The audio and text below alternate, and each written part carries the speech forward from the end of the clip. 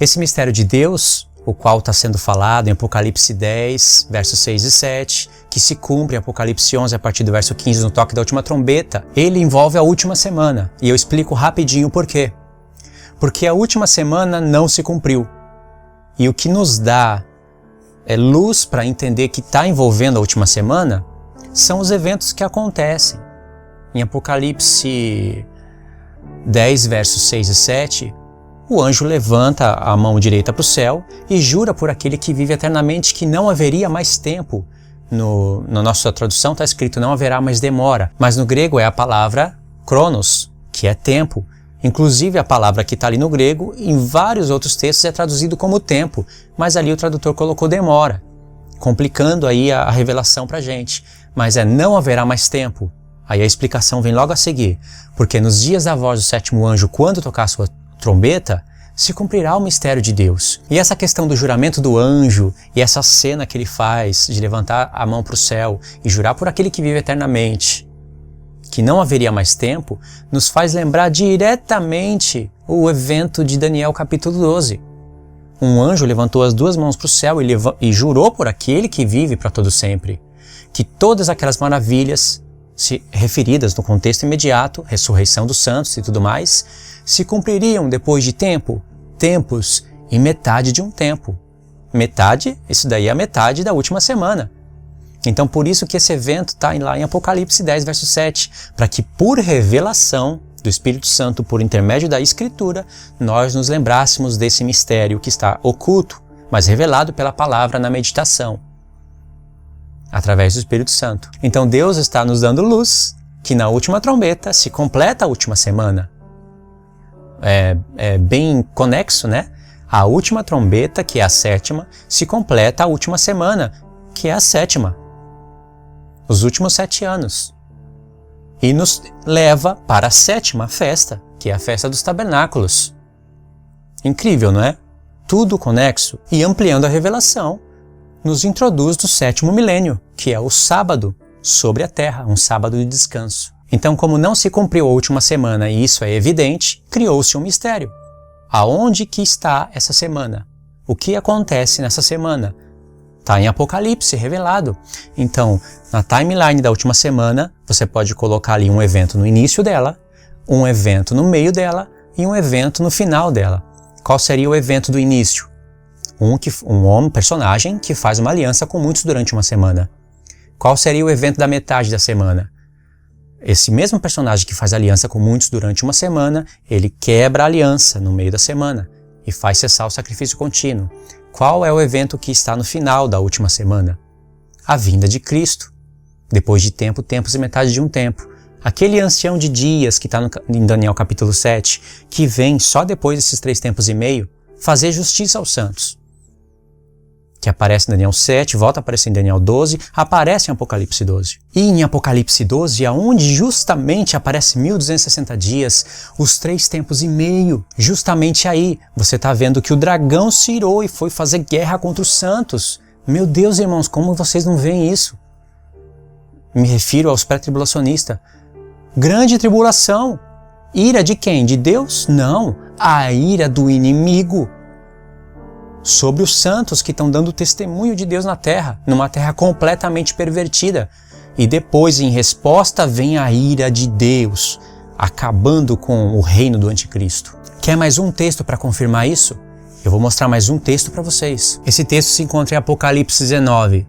É necessário uma leitura do texto. Não dá para destacar tudo, mas eu vou destacar algumas coisas. Depois dessas coisas, aqui você já para. Dessas coisas, o quê?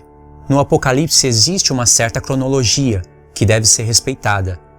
Não desrespeitada, deve ser respeitada, mas o Apocalipse todo, ele não está numa cronologia exata. Ele é um quebra-cabeça, porque Deus usa muito flashback, análisis. Deus está contando a história, revelando o futuro, como um diretor de um filme. E aí, em determinado ponto, ele faz um flashback. Vai lá no passado e faz um contraste com o futuro, mostrando que o passado revelava o futuro. Era uma certa profecia através de figuras. E faz aquela junção de textos, uma análisis.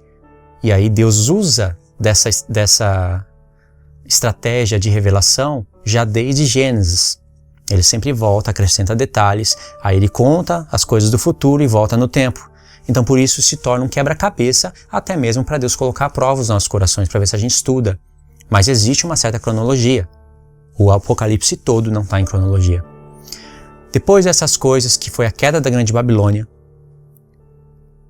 ouvi no céu como uma grande voz de uma imensa multidão que dizia: Aleluia! A salvação e a glória e o poder pertencem ao nosso Deus. Porque verdadeiros e justos são os seus juízos, pois julgou a grande prostituta que havia corrompido a terra com a sua prostituição, e das mãos dela vingou o sangue dos seus servos. Ficou difícil aqui ver o dia da vingança de Deus? Primeiro ela tem que derramar o sangue dos servos, a ira dela. Inclusive o Apocalipse fala do cálice do furor da ira dela. Mas depois vem o cálice de Deus sobre ela, o cálice da ira de Deus. Verso 3. E outra vez disseram, Aleluia, e a fumaça dela sobe pelos séculos dos séculos. Aqui Deus está fazendo o mesmo esquema, pegando um monte de textos espalhados nos profetas e juntando.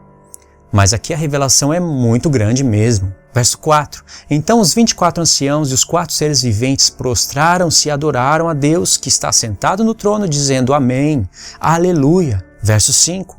E saiu do trono uma voz dizendo, Louvai a nosso Deus, vós, todos os servos, e vós, os que temei, assim pequenos como grandes. Verso 6. Também ouvi uma voz como de grande multidão, como a voz de muitas águas, e como voz fortes de trovões, que dizia, Aleluia, porque já reina o Senhor nosso Deus Todo-Poderoso.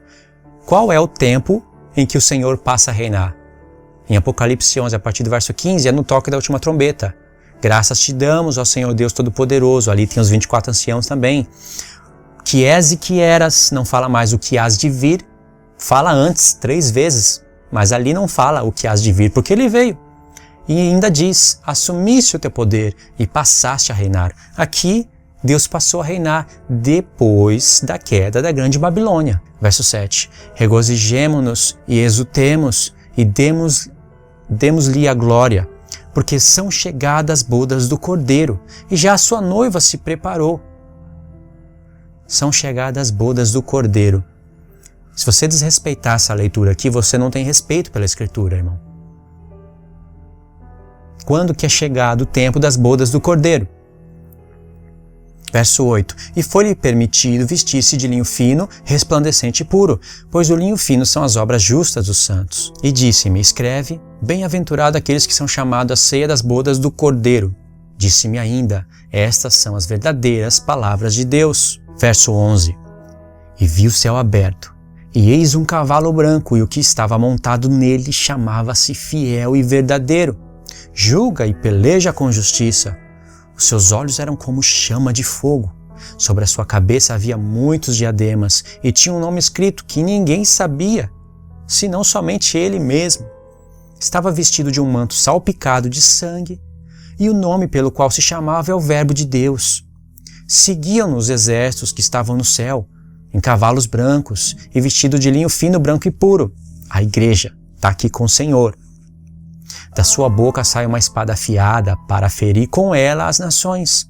Ele as regerá com vara de ferro, e ele mesmo é o que pisa no lagar do vinho do furor da ira do Deus Todo-Poderoso. Aqui está o texto que eu queria mostrar para vocês, mas eu queria ler o contexto.